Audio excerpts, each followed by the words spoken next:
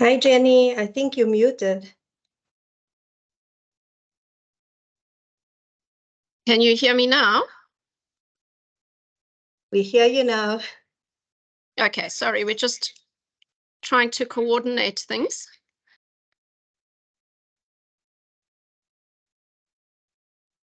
Okay. Megan, should we use your mic? Okay. Hi, Siobhan, can you hear me?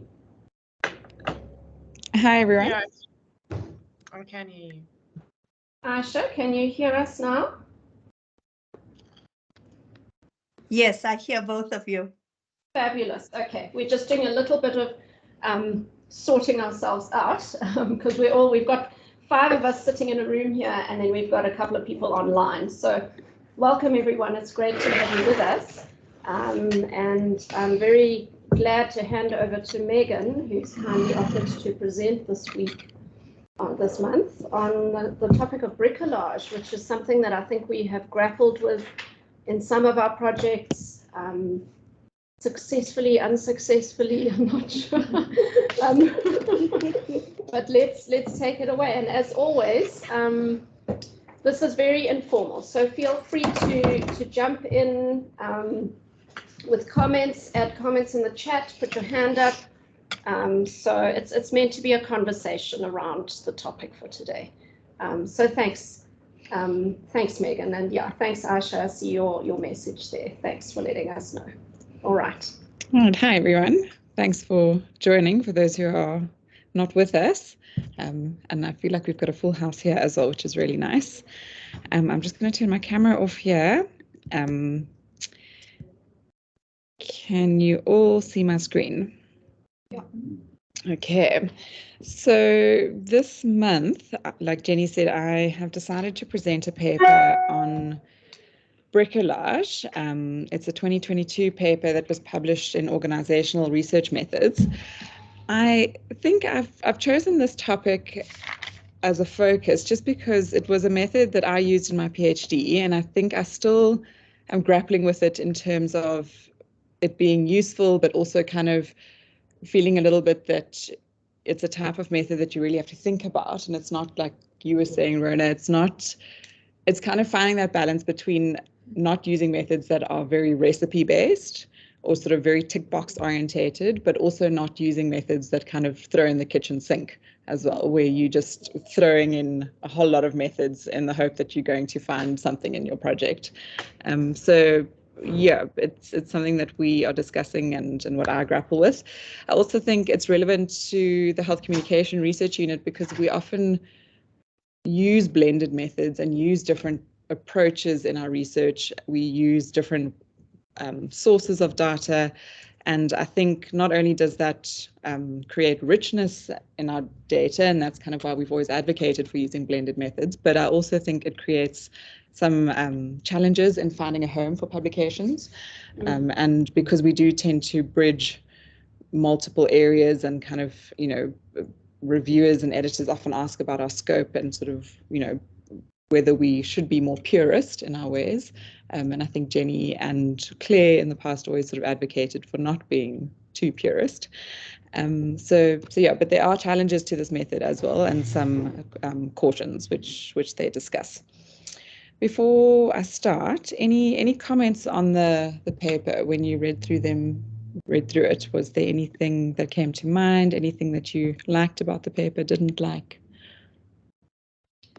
Yeah, I thought it was very interesting what they had to say, primarily around the concept of trustworthiness and getting the reader to trust that what you did was legit or acceptable. Yeah, that was interesting, that it's more about the reader than about what you did. But within that, obviously, then they were talking about competence, benevolence, and integrity in what you're doing. So you kind of have to have a good idea of what you're doing, but you also have to have a good ability to convince the reader that what you did is okay. Yeah.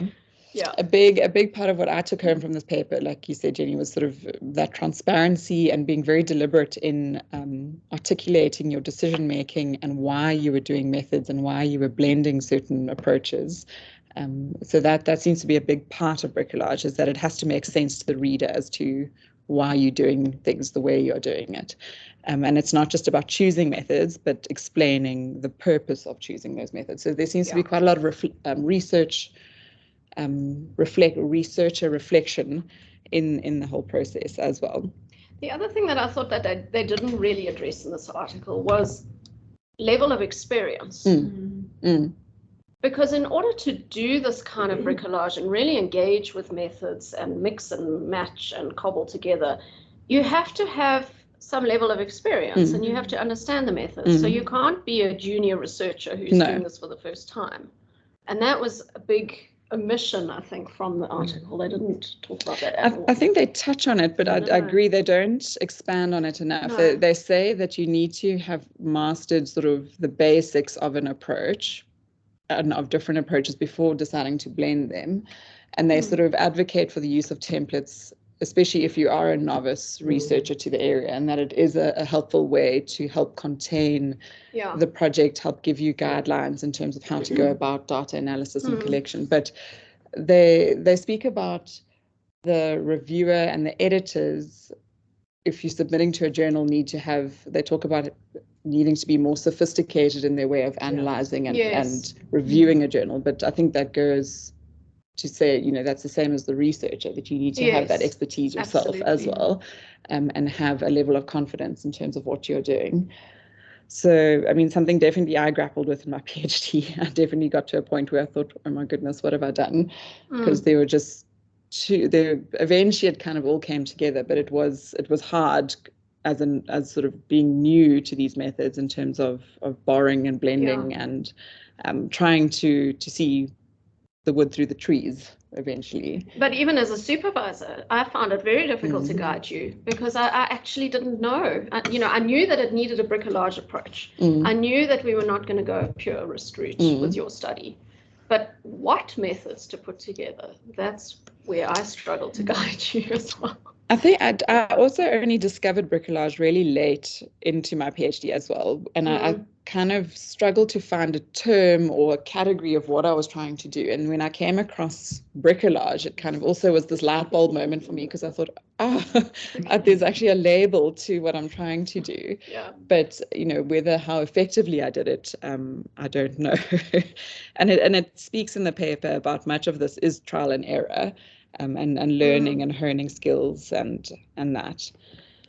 I think the thing about the template, and they do say that a template is useful when you are a novice person doing research.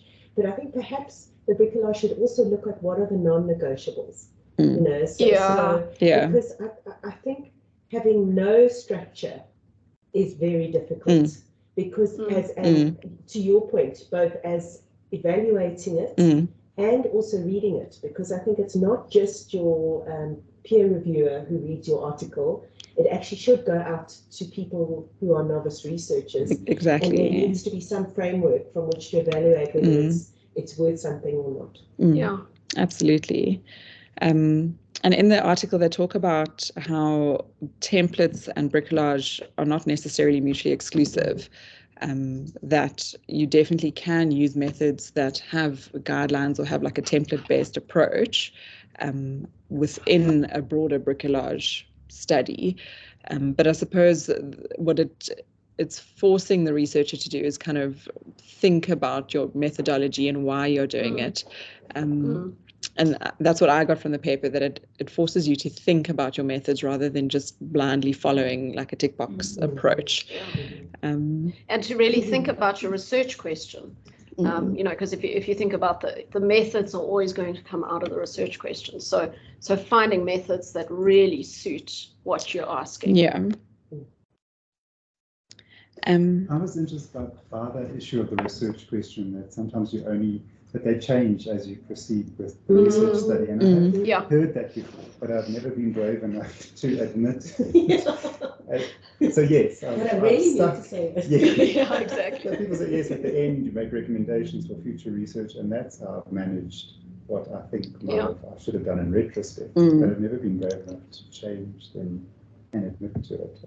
So Yeah, but I guess that is the nature of qualitative research, or how it should be. If you're going really deep into a topic, then things are going to shift, and it's not going to be what you started out thinking it's going to be in terms of what you find. And yeah, so you might well end up changing the question or changing the methods or finding you need to add methods.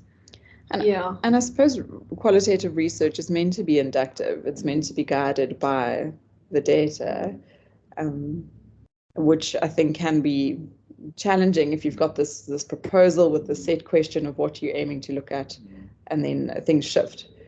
And I think that, like you say, if you're not confident to do that, it can be quite daunting, and to justify why you're making sort of that pivot that we spoke about in our meeting last week.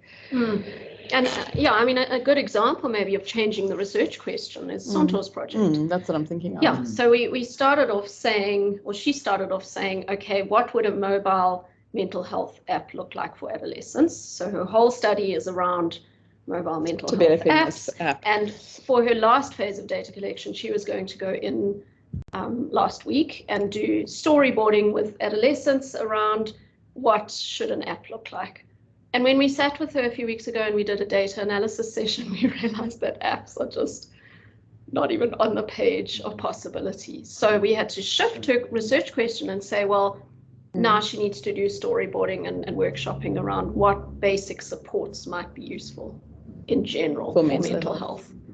So that was a nice example of a complete shift. And yeah, Sonto sat there with big eyes, I think, initially, and we were saying, you know, this is a pivot that is a natural progression of how the study has, you know, that the one phase informs the next phase.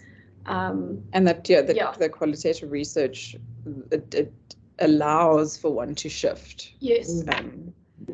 Because I think, like Sonto was saying, she was feeling so frustrated because the participants weren't answering her research question. Yeah, so the focus groups, she felt the focus groups had been a flop. Yeah.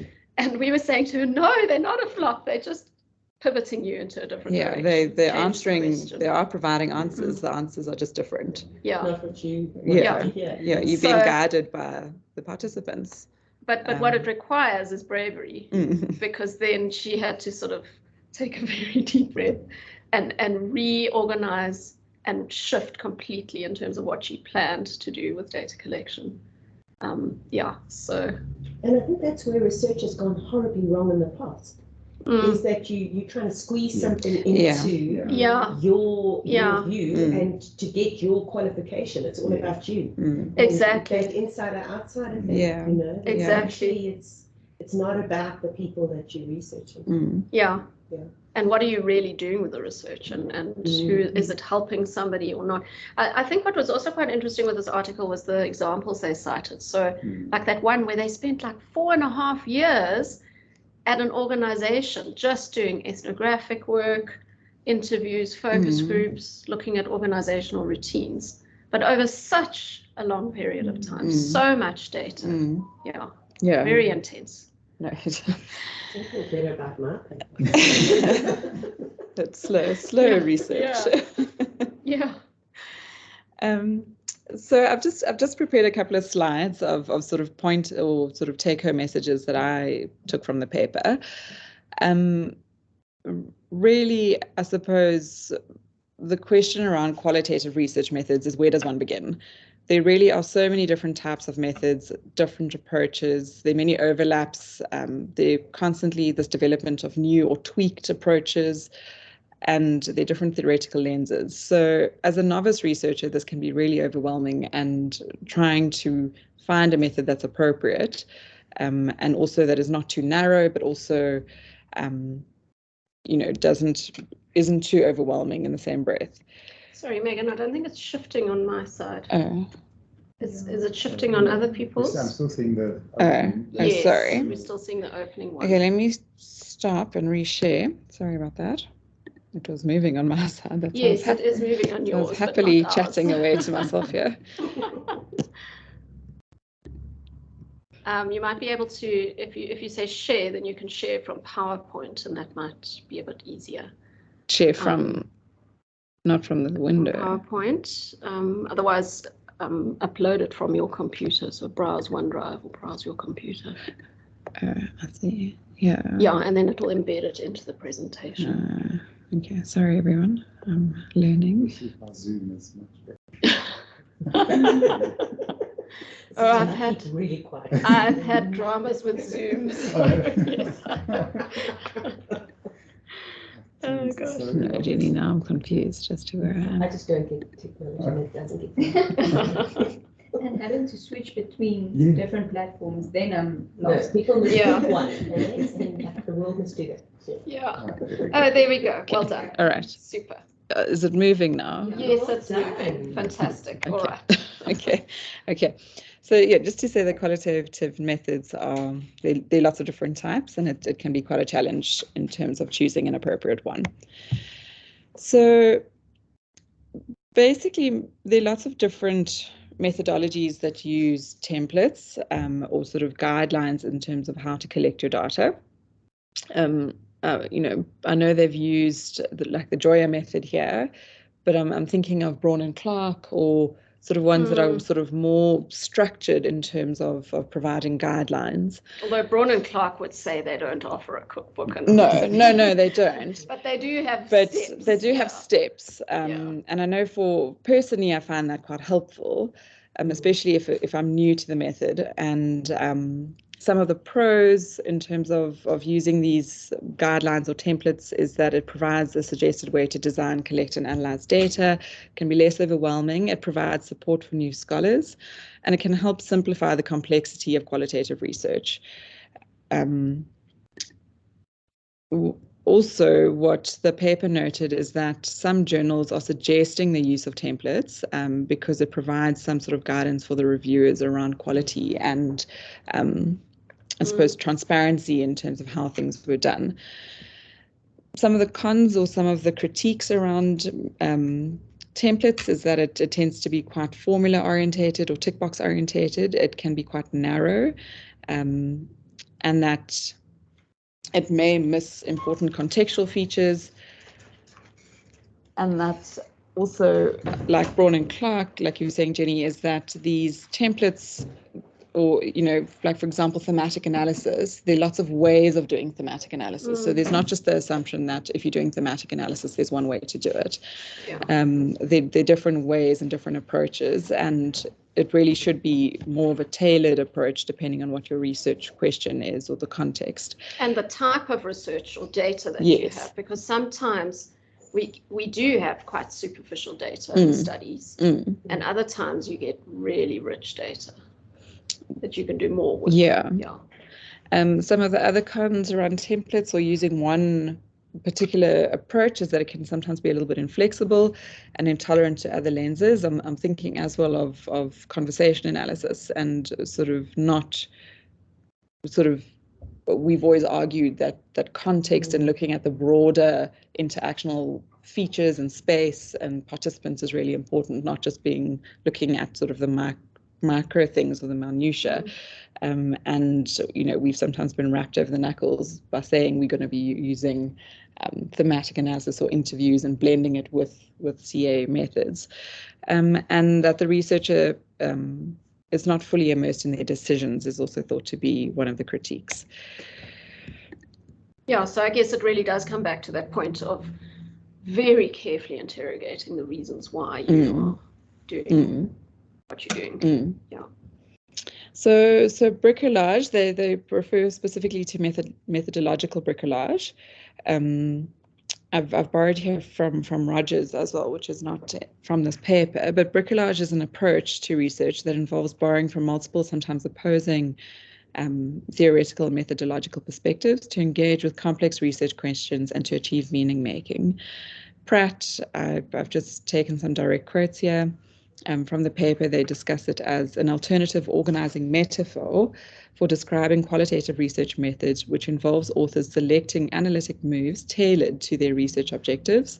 And we use the term methodological bricolage in contrast to methodological templates and refer to it as an approach rather than a method, because we consider it a way of thinking about how you do your methods.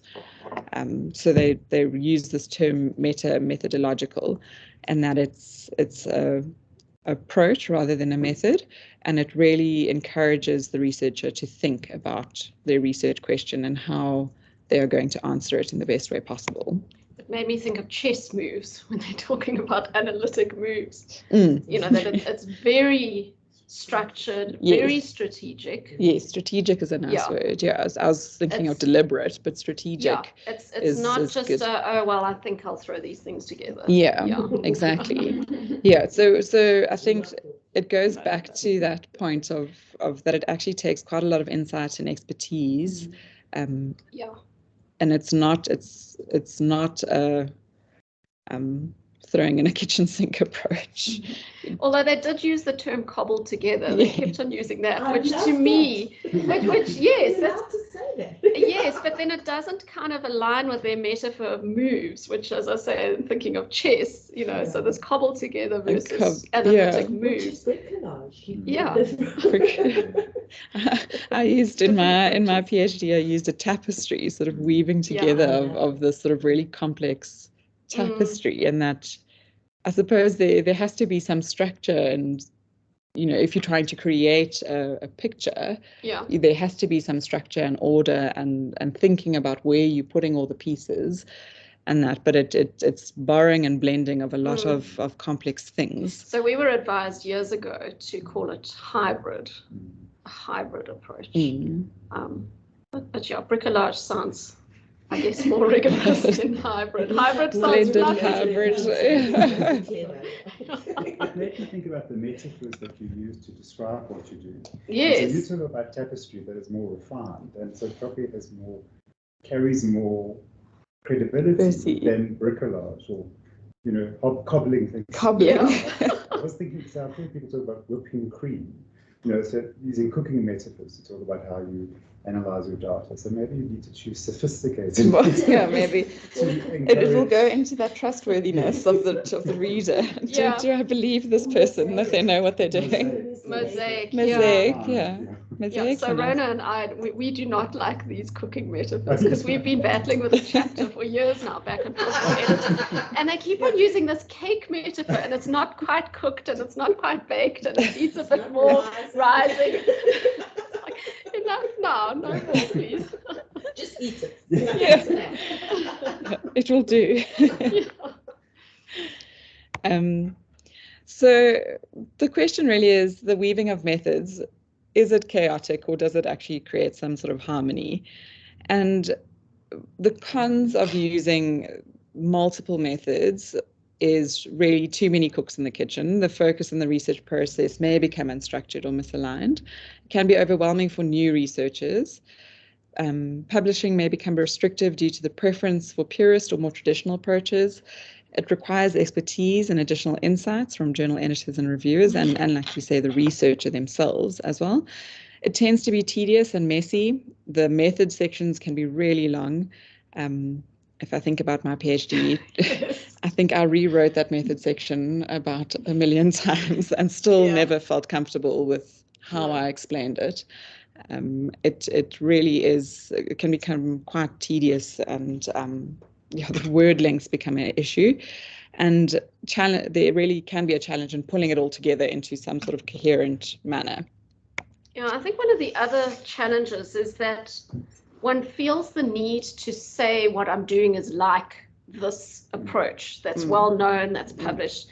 And I think that's been the challenge sometimes, especially, for example, if I think of the transcription-free approaches we've used, where you're pushing the boundaries and you're creating a new approach.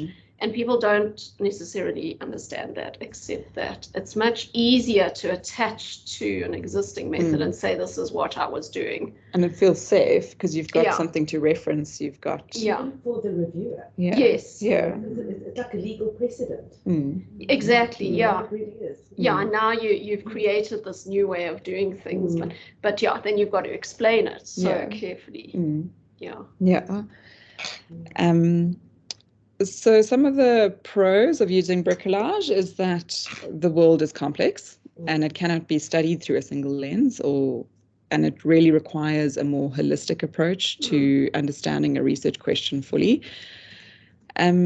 The researcher's influence is recognized in the research process. So I think that's where the issue around trustworthiness becomes really important here, is that you as the researcher play a big role in terms of the decision making, how you decide to collect things.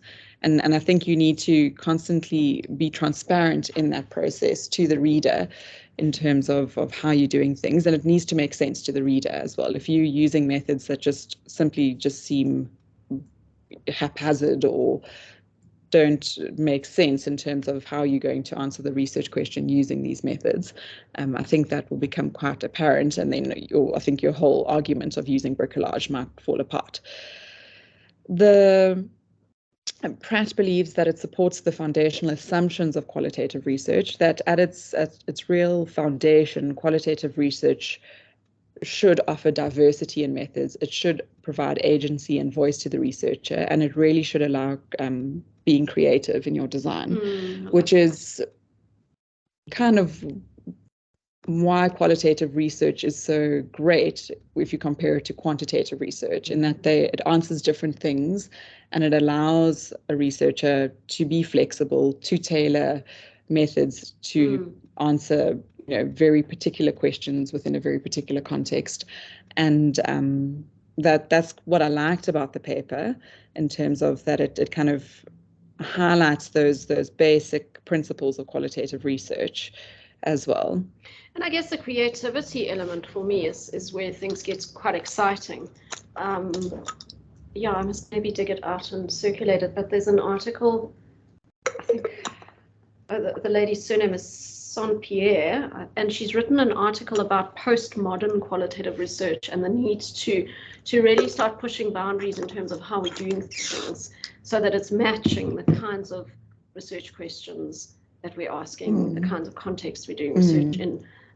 So, there is a camp of people who are pushing this idea of creating your own approaches and pushing the creativity element, which I think is very exciting. Absolutely. And certainly makes a refreshing change from some of the rigidity that we see in qualitative research. Yeah. I see, Siobhan, your hands up. Do you want to add something here? Yes, I wanted to, I'm new to qualitative, but I'm wondering about how different a bricolage approach is in each instance, or whether you kind of you come up with a bricolage approach for a particular question or a particular context, and then you reuse it. And in which case, maybe a solution to the thing with the publication is to publish that as a separate paper that discusses that methodology and sets it out, and then you can refer to that, especially, if you're using it over and over again. Or does that then become a template if you do it that way?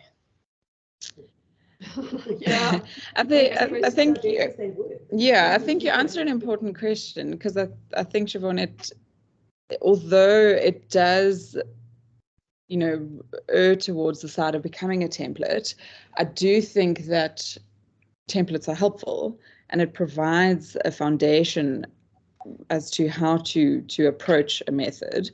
And I think that's probably what's lacking, and maybe it's published and we haven't found it, but that there is sort of some basic principles to bricolage that need to be included in a study.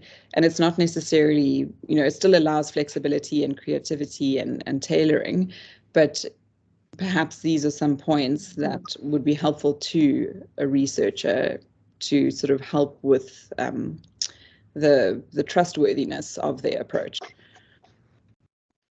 Yeah, but I'm thinking, for example, what you were saying with your PhD is if you wrote a separate paper on the methods of your PhD and you published that, and then your other papers or the other studies, and even into the future, if you did other studies that used that specific bricolage approach, not a broader kind of set of principles for bricolage, but specifically like what you did here, I think that's helpful, because then you don't have to lay it out in each research paper, obviously, but then also I think that helps, other researchers or newer researchers to look at okay, this is what you did in this context, and which parts of it are applicable to my context, which parts of it do I use, right? No, I think that's a very valid point. And I mean, certainly Claire and I did that. I feel like the in that SGU book. could do something like that. I mean, I constantly say, you know, as described in Pen and that Pen and Waterman, Waterman, I think for the transcription 2018 paper. Yeah, book. that's where we describe in quite a lot of detail the transcription-free approaches that we had tried. And, you know, we talk a lot about how they worked, did they work, which bits didn't. So yeah, that has been useful to then refer back to your own description of a hybrid approach. Yeah, instead of having to re-explain it. No, it's a very valid every point. time. Can you still see my screen? Okay.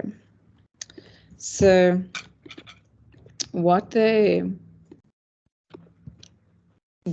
talk about with templates is that they say the templates here, they're not completely sort of saying that templates shouldn't be used, but they're saying that templates perhaps there's been a misunderstanding around their intended purpose. And they use, I'm not familiar with this template, but the Joya template, and they say that even the people who've developed these templates themselves warn against that these are not meant to be exact recipes. And they talk about, I'm quoting here, they say organizational researchers seem to be applying the methodology as a template, others seem to be treating it as a formula. We see it as a flexible orientation towards qualitative inductive research that is open to innovation rather than a cookbook. So templates really are meant to be a guide, and the paper talks about the template being a map and the research being the terrain, that it offers a guide, but really you as the researcher needs to navigate all the intricacies and bits in between and explain what's happening and why it's happening. And that research methods really should be contextually tailored. But I guess that's like it's human nature that you always want a cookbook, you always want the path of least resistance. If you think about our students in therapy, yes, you need it. You need a starting point. You need that scaffolding. Yeah, so our students are always looking for a cookbook, and then they start off, their first prac and second year is articulation, where there is a recipe-based approach to how you do that. And then they hit language therapy, and then they don't know what to do because that's hard, and there's no cookbook.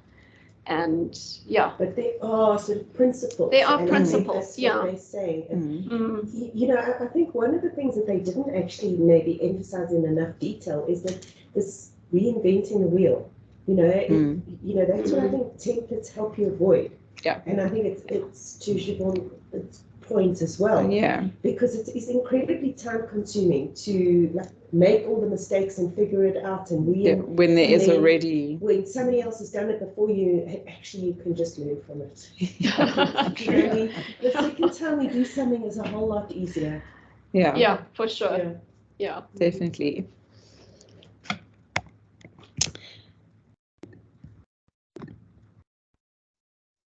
I think this slide speaks to the point that we previously discussed about pivoting and sort of the potential to miss a change in trajectory in terms of what you thought you were going to find and where the data actually ends up taking you.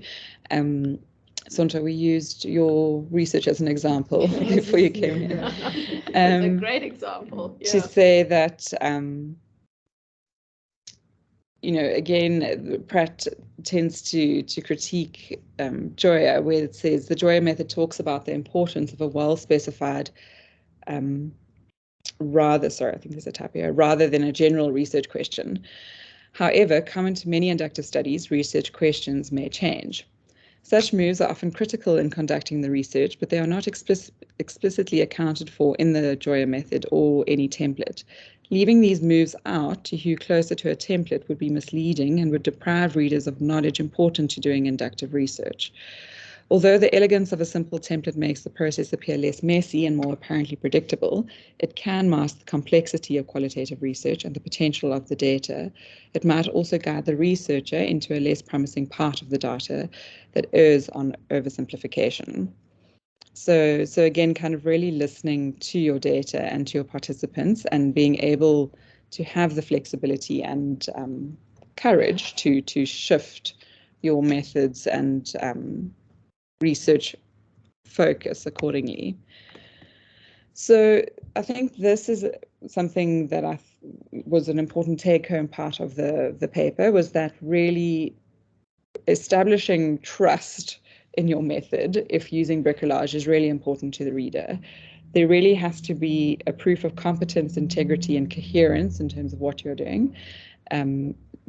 You have to ask yourself, do the chosen methods answer the research question? Do the chosen methods and arguments have consistency?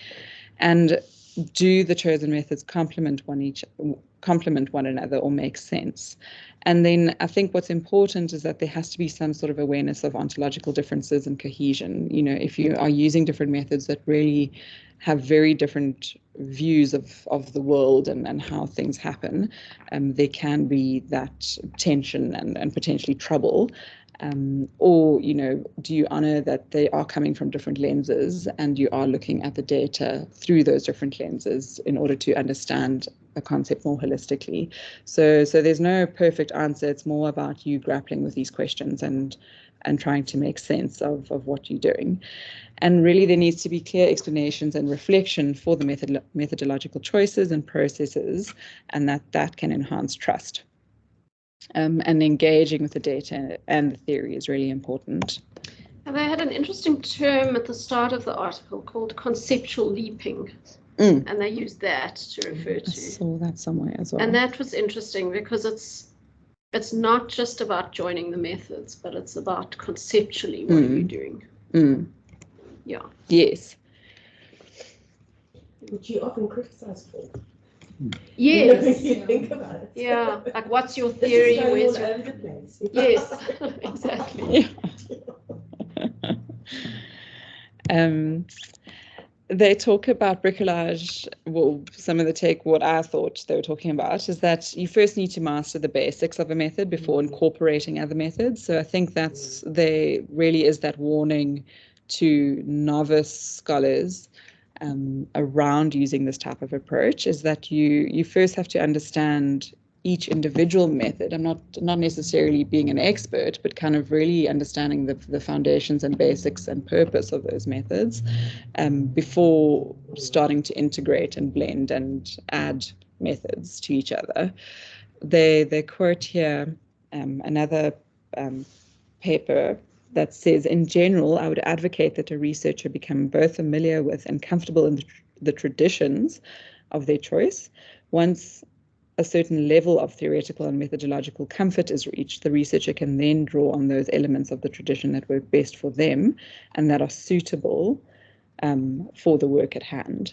So it's kind of, again, I think about our approach of using conversation analysis is that we use principles of conversation analysis, so we tend to blend it with other things, and it's certainly for me, I've had to spend a lot of time trying to understand the basics of conversation analysis first, before feeling comfortable to say that I'm borrowing from this and I'm adding to that. And but the key concept here is that it's suitable for the work. Yeah, you have to tailor. I think you have to tailor your methods for a specific question or context. Yeah. So if I think about, for example, some of the projects we're working on at the moment, so like that student teletherapy project. So we could have sat and transcribed all those video recordings and done a CA approach. But would that have actually given us something concrete that feeds directly into how do we better train students? I'm not sure that it would have necessarily. I mean, yes, I think it would have given insights, but not to the extent that we needed them quite urgently. Yeah. So it had to be a method that was quick, something that was practical, that gave us insights that we could then take straight into training of students in a short time frame. And that's why we took more of a transcription-free scribing approach, where we all sat and viewed the videos and talked about what we're seeing and what's working, what's not. That was far more useful than the CA approach. So really thinking about what's suitable. Yeah. What are you trying to answer? And also that accountability, like who's the research for? Yes, and what's the applied Yeah. bit of the research? What's the implied intention? Yeah, if it's merely just to observe or just to discuss sort of interactional features, then like you said, the purpose is then different and your approach can be different. But if, like Jenny was saying, your purpose for the research was very specific, so you needed to choose methods that are able to answer those particular questions that you had. Yeah, and it wasn't just the purpose of that research, it was the time frame. Yeah, you that had we needed something fairly immediately that I could feed back into training. Yes, CA would have taken year. you hours, months. Yeah, so and CA would have been valuable in a different way. Yeah. So like the emergency call project, CA has been very valuable in different ways. But we didn't have that same urgency and that time pressure to get something applied out of it. Yeah. So in conclusion, I've used my tapestry picture here. Heterogeneity is precisely what makes qualitative research a powerful and helpful framework, and it is not a one-size-fits-all. They conclude that bricolage is an approach, not a method. It encourages agency, creativity, and craft, and it's not a throw-in-the-kitchen sink approach. It requires mindfulness and deliberate decision-making. And I think, Jenny, your word of strategy here might fit in well here. Strategic. Moves, yeah. Yeah, chess moves. It really is trial and error. So they don't say that there's this perfect way of doing it, and it is kind of getting a feel for it. And there definitely will be moments where one may stumble and feel a little overwhelmed. They talk about templates and bricolage, like I've mentioned before, not being mutually exclusive, that they really can be used in conjunction, and that they both have their own pros and cons, and that you kind of need to find that balance between having something that provides guidance and structure, but also allows flexibility and tailoring.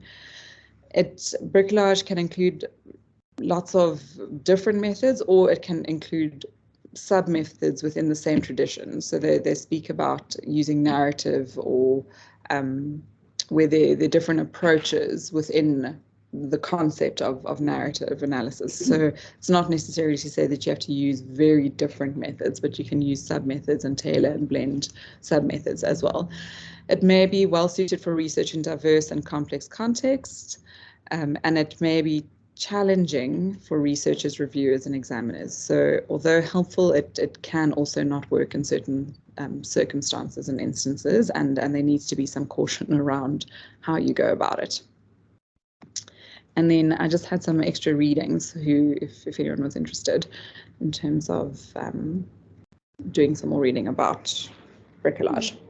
I was just looking up, so I was thinking, what is the difference between bricolage and multi-methods approaches?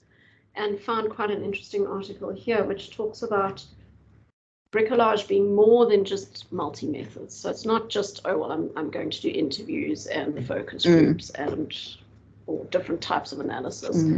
But it's taking it further to enable researchers to respect the complexity of the meaning making and inquiry process. So it's that conceptual leaping almost. Okay.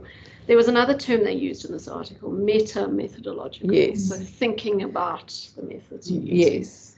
Which I quite liked. So it's really a deep conceptual engagement with what you're doing and why, not just cobbling together a few methods. Yeah, I think I used it in this slide here. I like that. Yeah, we use the term thinking about how you do your methods. Yeah. It's an approach rather than a method. Yeah, so I like that. Methodological. But yeah, and I guess that also then aligns with, remember that article we read a few years ago on slow research? Yes. That the type of research that we're talking about here is slow research. This is not wham bam, churn it out quickly kind of research. Which is a little bit like, publish or perish, which also, if you take too long or too, make it too overly complex that no one wants to publish your paper. That's also tricky, but there definitely is value in it in terms of really getting a rich sense of the data and the research question. Absolutely, yeah. I'll post that slow research one here because that was lovely. I think it was based on this concept of, I think it was slow food. Yeah, I think it Yeah, was slow food. Yeah. Yeah, we can't come to Like all it's that. it's a slow and deep engagement with your food, not this gobble fast food nonsense. So I guess if one thinks about one's projects in that way, then you're more likely to be able to engage with the bricolage approach in a really deep and meaningful way. But yeah, not tricky when, or not easy when you are in a publish or perish environment. No, or if you are, your funders say you've got 3 years to finish this project. Yeah, exactly. Yeah. So any final thoughts on bricolage? I think the one problem I had, and you didn't come up at all in your presentation, was around the term benevolence, which I didn't respond to well. I didn't resonate with it because I think that for me it has a patronizing tone.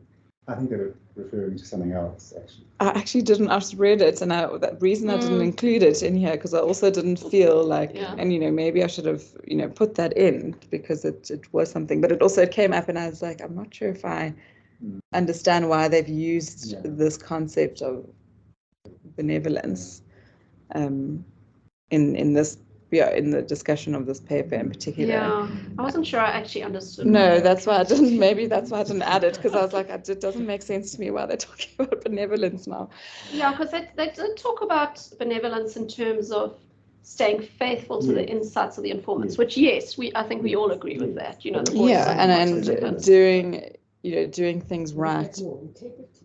I think it's about integrity for me. Yeah, I think it's about faithful to the data. Yeah, doing the right thing and interpreting what it's saying.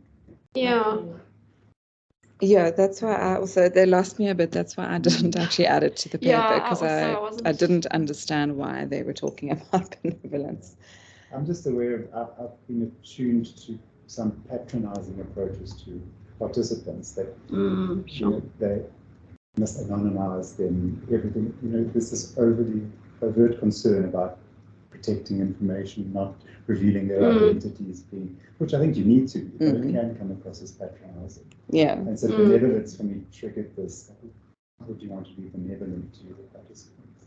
They had autonomy. Yeah, I guess it's more about honoring the part. Maybe that's a better word. Yeah. No, I hear you that benevolence it implies a power differential. I would say it's almost like a paternalistic approach rather.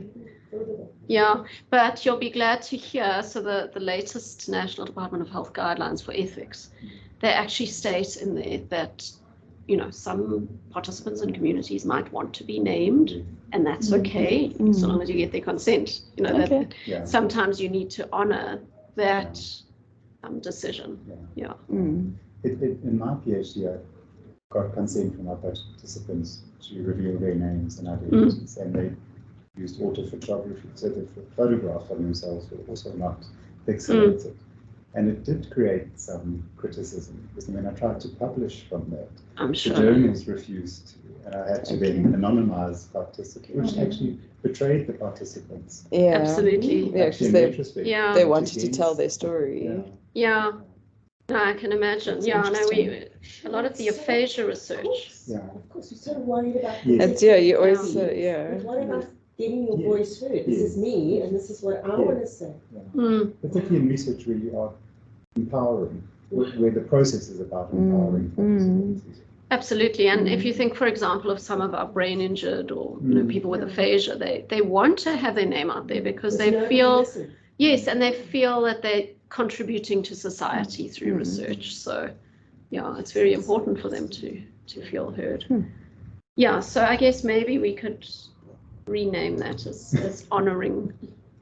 That to me feels less paternalistic. Then the term benevolence. benevolence. Yeah, I mean, the heart of what they're trying to say here, I agree with. I think, you know. Yeah, maybe But just not the right term. They're saying expressions of kindness towards those studied. Yeah, I don't quite like their wording there. Yeah. Yeah, they do talk about honouring and respecting. Like, you really do. I think it's such an amazing, like, Yeah. whoa point. Someone has interviewed me about doctoral studies that chose to reveal participants' identity. Oh, that's I interesting. must follow up whether he's written the paper. Yeah. So I was a participant for someone about this very issue. So interesting. Yeah. Wow. And I think it's a Yeah. really important point, especially because Poppy has made everybody hectic about everything. And Yeah. I think there's a darker side where you can't share information that helps. Yes. Yeah, it's become quite a minefield from an ethics point of view, because we sometimes do get requests and emails furious emails from supervisors. Why are you saying we must anonymize? And then sometimes I'll say, well, you know, it's more that you need to explain your strategy here. So are you anonymizing, or are you getting consent to use names? You know, we're not saying you have to anonymize everything, but you need to just explain to the ethics committee what you want to do and how you're going to do it. Yeah, just be completely transparent. Well, that makes me think of that one reviewer commented on me anonymizing participants, but also not mentioning their clinical diagnosis and stuff, because that's what ethics required from me. But then the reviewer said, maybe this is important information. Exactly. Yeah, so you're caught in the middle there. Yeah. Exactly. So very, very different perspectives, and different perspectives on the level of anonymization. So is it okay to use pseudonyms? Is it okay to just take the names out but then use other details? Yeah, it's very tricky. I think it touches on the same point of sort of marginalized groups, or groups that ethics committees are just like, you can't do research in these areas. They're just they're vulnerable populations, or it's just going to be a minefield. Siobhan, I'm thinking of your palliative care research as well. You know, if you want to interview people who are, you know, at their sort of point of dying, I mean, I think that to get past ethics would be really tough. And even my research to an extent, where I was video recording pregnant women who were being given a terrible diagnosis of their unborn child, and we decided in some instances not to use those recordings because they were so distressing. And even as the researchers, they were so upsetting. But I think in the same breath, by avoiding those types of topics and not researching those groups, you're doing a disservice to those groups, because then you marginalize more, because they never get to tell their stories, or you never are able to improve the services in those areas. That was the thing that came up. Like, I was thinking about my autism research and like all of the things around, like, you know, including them as participants and how vulnerable they are, and if they're of lower socioeconomic status, or if they're refugees in the country, whatever, that all makes them even more and more vulnerable. But then, yeah, as you say, then you're not including them in the research, and then we don't know how to help them systematically, you know, within the system. How do we include them within the system? How do we do things for them if we're not including them in the research? You know, if we had to only collect data on people who were not vulnerable, it would be very homogenous data, and it would be, you know, it would be about white upper class people, you know, and how do you then apply that to others? Yeah, I was very intrigued. I attended a conference last year where it was a CA conference. They were presenting data from the UK of people with advanced stage dementia getting very upset with healthcare workers. So the whole thing was about people with dementia in distress and how those interactions happen. So it was video recorded. It was ethically so hectic, but they had got it through ethics. And were able to show in the UK, which is notoriously quite tricky. And they were showing the videos at the conference. Not pixelated or... No. Wow. But it's a whole big research team who, you know, they were talking around the ethics of this, and I thought, wow, okay, you know, sometimes I think we're so scared to do the tricky research. Oh, it'll never get through ethics. But actually, you can get that kind of really intense research through ethics if you justified, conceptually, sensitive, you've thought about it, you've justified it, you've engaged with it fully. Yeah, I was very intrigued because that to me was very intense research. Absolutely. It must be very interesting being on the ethics committee and grappling with these questions and sort of some of the studies that come through. For sure. I mean, we constantly have questions and back and forth between chairs. We had one yesterday where it was gender-based violence, but they were talking about work supports, and we were back and forth about, what kind of risk is this? Is this a higher risk? Is it a lower risk? I don't know. What do we do? So you err on the side of caution, and then we'll have a further discussion at the meeting. Yeah, I'm thinking of Brett's research as well around violence and, how do you get through some of the ethics? Well, Kevin was just looking at YouTube videos when people post fights.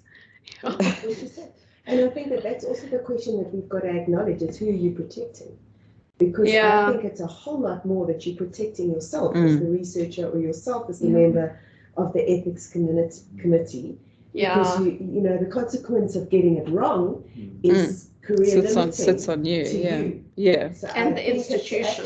And the institution. So I don't know that it's always about the rights of the people who you are researching. It's so tricky, and sitting on the ethics committee, where you're trying to balance the rights of the participant, the researcher, the institution. It's very, very tricky sometimes with these studies. Sure. No, this is so interesting how we started off with bricolage. I feel like we've gone off with vulnerability and benevolence. No, but it's important.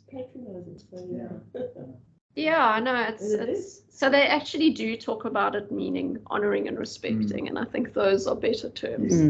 I don't like maybe the terminology just needed to be different. That historic term. Words get loaded. Absolutely. Context. Yeah. So we shall go forth and attempt bricolage in more meaningful, more insightful ways. Yeah, I mean, this is really brave territory, I think. It's really difficult. But I do hold in mind years ago when I was battling with the same thing with my PhD, also not knowing what on earth I was doing with methods and theories. And a senior academic said to me, but you know what you're doing. So just keep doing what you're doing in the research, and then later on you'll figure out what it will make sense. Yeah, you're the expert. And in some ways, I guess, you do what you're doing and continue honoring the data, honoring the participants, and then figure out how that fits in with existing theories or methods later on. Maybe, I don't know, or create something new. Which is daunting. It's daunting, but it's because you often, I think it goes back to that sort of, who am I, little old me? Like, how am I going to be contributing this whole new approach and theory to research? But I suppose it's a method that kind of does push the boundaries and challenges you. And it's for me, it's been an interesting approach to research. And whether it's good or bad, I think it depends again on the research question and what you're trying to answer. And I think sometimes I've found as well, it's been useful to try the template route or to try things like using Atlas software, and then you find, well, actually this doesn't work for this project, or I don't like this, or and try it or then use it, but then add it. You need to do more. You use it as a base or use it as part of the research, but you then have to go further and you have to interpret further. So not to just stick to one thing, but think about stick to the safe zone. But thank you, Megan, for inspiring us. This was a great conversation. Thank you, everyone. Thanks for all those who joined online. Yes. And have a happy Tuesday. Yeah. All right. Super. Bye, everyone. Bye.